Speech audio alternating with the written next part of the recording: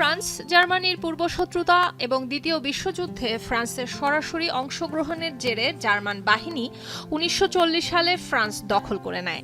আর ১৯৪৪ সালে পৃথিবীর প্রায় ২/৩ দেশ নিয়ে গঠিত মিত্রশক্তির অপারেশন ওভারলর্ড শুরুর মাধ্যমে শত্রুমুক্ত হয় ফ্রান্স।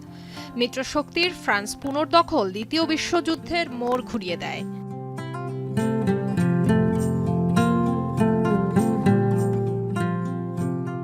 ১৯৪৪ সালের ৬ জুন যুক্তরাষ্ট্র, যুক্তরাজ্য এবং কানাডার প্রায় ১,৫৬,০০০ সেনা সেদিন হিটলারের বাহিনীকে রীতিমতো বোকা বানিয়ে স্কটল্যান্ডের পরিবর্তে ফ্রান্স উপকূলের ৫টি সৈকতে অবতরণ করে। এদিন তারা যুদ্ধে জয়ী হয়।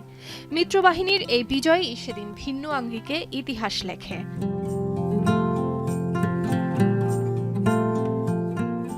Utah, gold, Omaha, sword, Juno সাংকেতিক ৫ নামের সৈকত নরম্যান্ডি ডি-ডে সৈকত নামে পরিচিত। ডি-ডে ছিল অপারেশন ওভারলর্ডের প্রথম দিন। তবে ডি-ডে নিয়ে আজও কিছু রহস্য রয়ে গেছে। অনেকে মনে করে থাকেন ডি-ডে সম্ভবত কোনো নির্দিষ্ট অভিযানের নাম।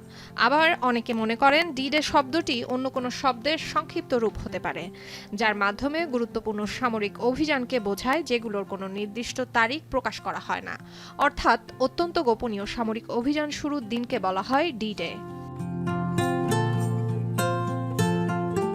জানা যায়, নরম্যান্ডি অবতরণে অংশগ্রহণকারী সেনারা যুক্তরাষ্ট্র, যুক্তরাজ্য, Canada, Belgium, Norway, Poland, Luxembourg, Greece, Czechoslovakia, New Zealand ও অস্ট্রেলিয়া থেকে এসেছিলেন।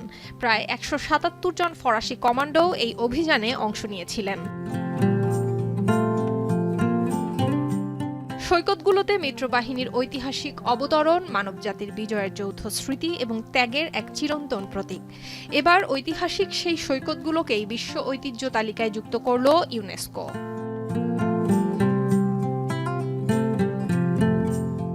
সুলতানা দিনা, এখন বিশ্ব।